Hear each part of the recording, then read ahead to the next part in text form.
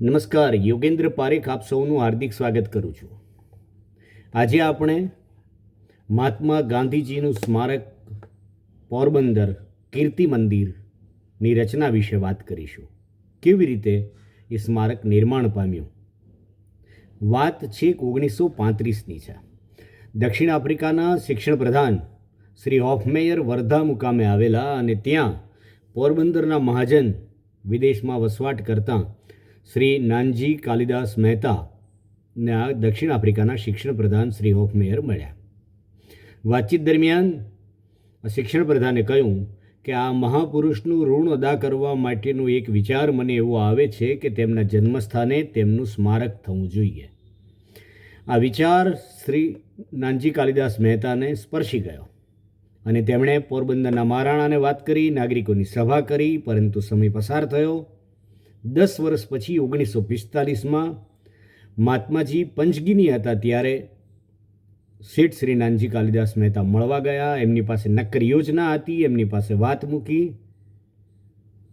છેક 27 ફેબ્રુઆરી 1946ના રોજ ગાંધીજીએ પોતાની આ વડીલોપાર્જિત મિલકતનો પાવર ઓફ એટર્ની એનો ઉપયોગ કરવાનો અધિકાર પત્ર શેઠને લખી આપ્યો.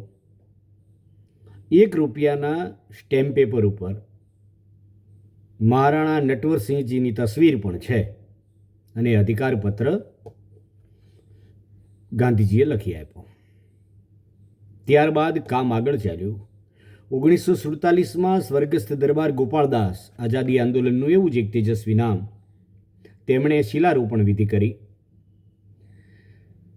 ગાંધીજીનું મૂળ જન્મસ્થાન છે એની આજુબાજુના મકાનો 75,000 રૂપિયામાં ખરીદી લેવામાં આવ્યા, જેથી કીર્તિ મંદિર વ્યવસ્થિત રીતે રચના થઈ શકે. એનું આયોજન એટલે કે પ્લાન પોરબંદરના સુપ્રસિદ્ધ શિલ્પી પુરુષોત્તમ ડાભીએ રજૂ કર્યો. ગાંધીજી 79 વર્ષ જીવ્યા હતા, એટલે એમના અવસાન પછી આ સ્મારક નિર્માણની કામગીરીમાં વેગ આવ્યો અને 79 ફૂટ ઊંચું કીર્તિ મંદિર રચવામાં આવ્યું, શિલ્પકાર પુરુષોત્તમ ડાભીના આયોજન મુજબ. આ કીર્તિ મંદિરમાં મહાત્મા ગાંધી અને કસ્તુરબાના પૂર્ણ કદના ચિત્રો છે. એ જાણીતા ચિત્રકાર શ્રી નારાયણ ખરે દોર્યા, જે ત્યાં મૂકવામાં આવ્યા છે. સત્ય અને અહિંસા ગાંધીજીના જીવન આદર્શ હતા. એ તસવીરની નીચે એક એક પગથિયે સત્ય અને અહિંસા ત્યાં ચિહ્નિત થયેલું છે. સ્મારકના દરેક સ્તંભ પર ગીતાના શ્લોક, વેદની ઋચાઓ અને સર્વધર્મ સમભાવ પ્રેરિત પ્રાર્થનાઓ અંકિત થયેલી છે.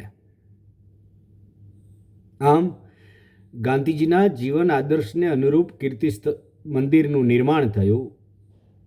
આ મંદિર અનોખું અને અપૂર્વ એ રીતે છે કે ત્યાં સર્વધર્મ સમભાવને સ્થાન છે.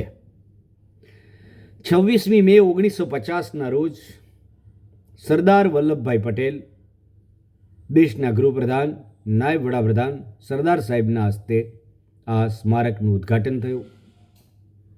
શ્રી ઢેબરભાઈ, પોરબંદરના મહારાણા શ્રી મોરારજીભાઈ દેસાઈ અને નાનજી કાલિદાસ મહેતા આદિ આ ઉદ્ઘાટન પ્રસંગે હાજર હતા. આજે કીર્તિ મંદિરની મુલાકાતે દેશ અને દુનિયામાંથી દરરોજ અનેક લોકો આવે છે. આપ જ્યારે કીર્તિ મંદિરની મુલાકાતે જાઓ ત્યારે આ વિડીયો, આ વાતો થોડી મનમાં રાખીને જજો. નાનજી કાલિદાસ મહેતાએ આ સ્મારક નિર્માણ માટેની જહેમત ઉઠાવી અને 4 થી 5 લાખ રૂપિયાના ખર્ચે 79 ફૂટનું કીર્તિ મંદિર નિર્માણ પામ્યું.